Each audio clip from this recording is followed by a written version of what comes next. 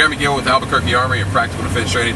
We're just going to talk about some situational awareness, some of the things that we do in our day-to-day lives to increase the potential risk to ourselves and take ourselves out of the situation and into something else.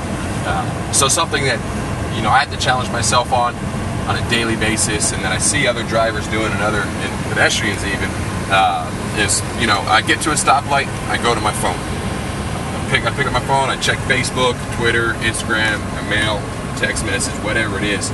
What that does is that greatly decreases our field of vision, right? Whereas if I'm alert and my eyes are up, I can see what's going on around me. I can scan and assess.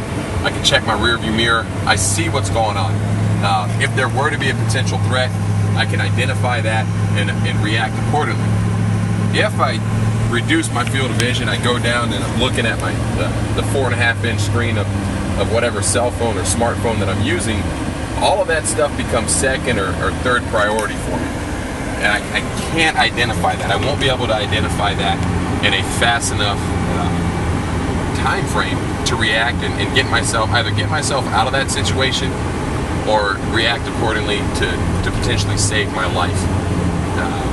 One of the big advantages that we have in a vehicle is this is a massive weight, right? If I perceive a potential threat, I'm able to evade in some circumstances. If I'm driving in a manner that I should be, if I'm giving myself distance between cars, if I'm making a dynamic plan and I say, okay, if I need to react, if I need to change lanes and get out of here, is there somebody in my blind spot?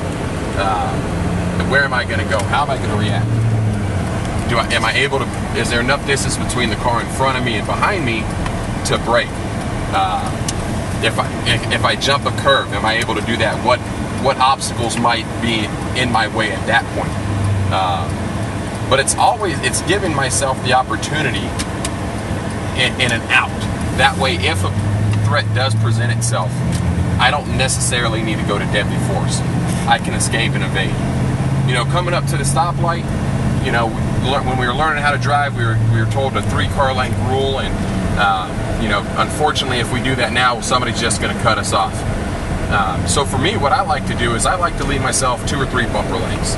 Something where if I need to get out of here in an aggressive manner, I'm able to do that. If I need to use some force between my car and another car to escape a potentially deadly force encounter, I'm able to do that.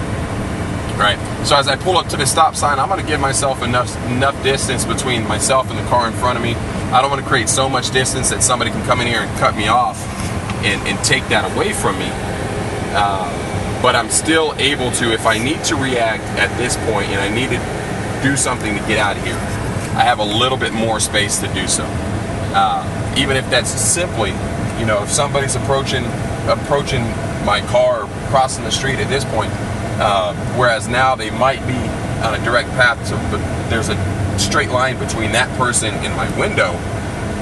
Now, I can create it, I can time it, I can say, okay, let me take some of that away.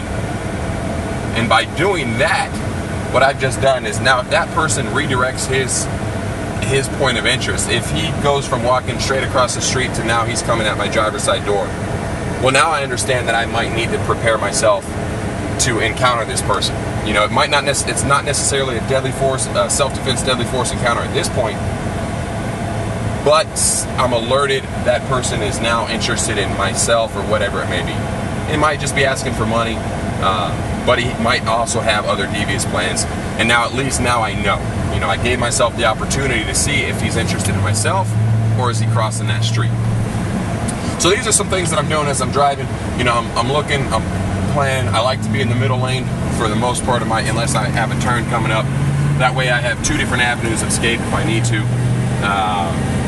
And then on the other side of that is as I'm coming up to a red light, I'll change. If it's green, I'm going to change over and I'm going to get into a turning lane or a lane that I'm able to turn from if I need to. And the reason for this is if I look at how the potential risk that I may experience while I'm driving the vehicle, that risk greatly increases at a stoplight while I'm stationary. So I want to put myself in a position where I'm able to get out of that if I need to. And if I'm not able to for whatever reason, at least I gave myself that opportunity. And if it resorts to physical force, you know, I gave that person options to prevent it or avoid it. Stay safe, be trained, be confident. This has been Jeremy Gill, Practical Defense Training in Albuquerque Armory.